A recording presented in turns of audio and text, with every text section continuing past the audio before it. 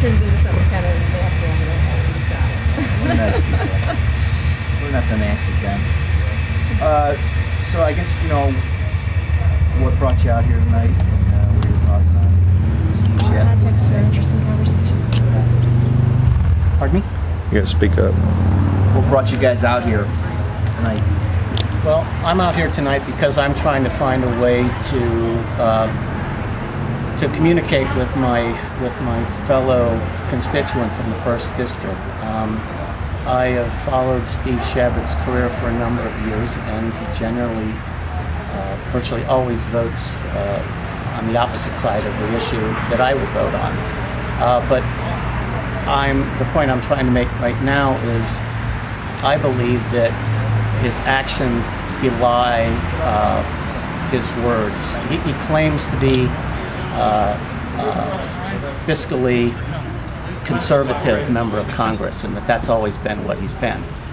And I said, well, I don't know exactly what that means, so let's look at what he's done while he was in Congress. And, you know, in Congress, he voted to, he came into Congress, he was part of the Gingrich Revolution. 94? I think it was 94 or 96.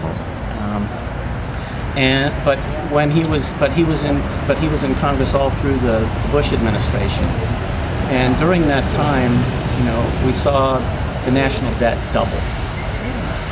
Okay, and that's in part because we had a surplus during the last year that Clinton was in office, and then for the first year that Bush was in office. But Bush, for ideological reasons, said, well, we can't have a surplus. We need to give this back as a tax cut. When Bush left, I think it was 10, and I believe now it's like 16. Well, no, it's here. Let me get the figures for you because I want to be accurate on it. Okay, it was, and I think more in terms of how things are going up. Okay, so if you go back here, before Reagan, the national debt was $1 trillion. Okay, now while Reagan was in office, the national debt came close to tripling, jumped from $1 trillion to $2.9 trillion by the time he left. And then in his 4 years, George Herbert Walker Bush, the national debt went up $1.5 trillion. So if this is a factor of one, this is, now you got 3 times, now you got 3.5. How did Clinton achieve that 10.4% there? 10.4? Well, that is, okay, in part... One of his biggest cuts was welfare. Well, they cut a number of things, but they also raised revenue, okay? People forget that they raised revenue. Even Reagan raised revenue, but we also had, you know, in my mind, primarily what jumps it is we began this colossal military buildup under Reagan to unprecedented levels for a outside of a time of war. We started all these new weapons systems, and in spite of the fact that, you know, we haven't had, since the collapse of the Soviet Union, we haven't had a particularly, there hasn't been that particular threat anymore, but we've maintained all those systems. I disagree. I think there's a tremendous threat on the horizon. China's fixing to launch their first tactical carrier. Well,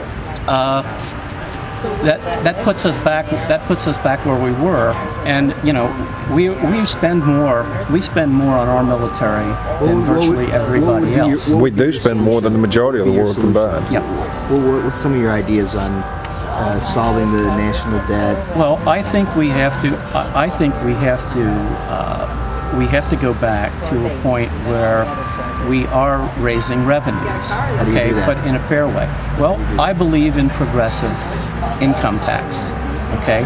I believe that's the fairest way, because in my mind, I don't know anybody that needs their $250,000 in first dollar as much as they need their first dollar, or their 10,000th, or their 20,000th, or whatever. But I think that we can. I think that we can find better ways, certainly. But I don't believe in and these dogmatic assertions, such as Congressman Chabot's made, that raising taxes is always a bad idea. You know, he said that in his editorial in the in the community press. So for anybody above $250,000, you're okay raising their taxes. Anybody underneath $250,000, we have to make it fair. What if there was a way to make it completely fair for everybody, whether you made $5 an hour or made $5 million an hour? Would you be okay with that? Well, what yes or would no? that be? Oh, there's an answer out there. Would you like to explain it? have you heard of the fair tax? No. What is meant by the fair tax? What makes it fair? Fair tax. No income tax to your check. I'll have to talk to you. No one pays income tax. Yeah. The Internal Revenue Service would be pretty much abolished and be changed to become an organization that keeps up with companies. Companies would collect a sales tax. That's the fair tax. Whether you work under the table, whether you work for the government, no matter who you work for, if you buy something, you will pay that sales tax. I can agree with that. Anytime a dollar's exchanged for goods, sales tax is paid, it goes to the government. Can it be any more fair than that? Well, yes, because you're assuming. Well, because of this. Okay. No, I agree with that. We have $10,000 to $10,000. Yeah, except that's not the way it works. Okay? The way it works, the way our economy distributes this is like this. Okay? One family out of 10,000 is getting $453 out of that 10,000. Okay? That's one family. They're getting almost $1 out of every 5. That's almost 20% of the goods and services made in this country are going to 1 out of every 10,000 families. And that's, to me, that's not sustainable. If we all, no, I agree. I think that your proposal would work if we all began with the same starting line. Fair tax.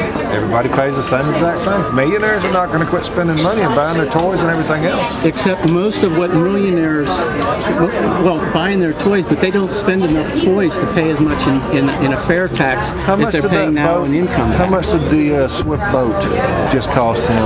$2 million? Something like that. 2.5, 23% of that. That's a nice chunk of money going into the coffers.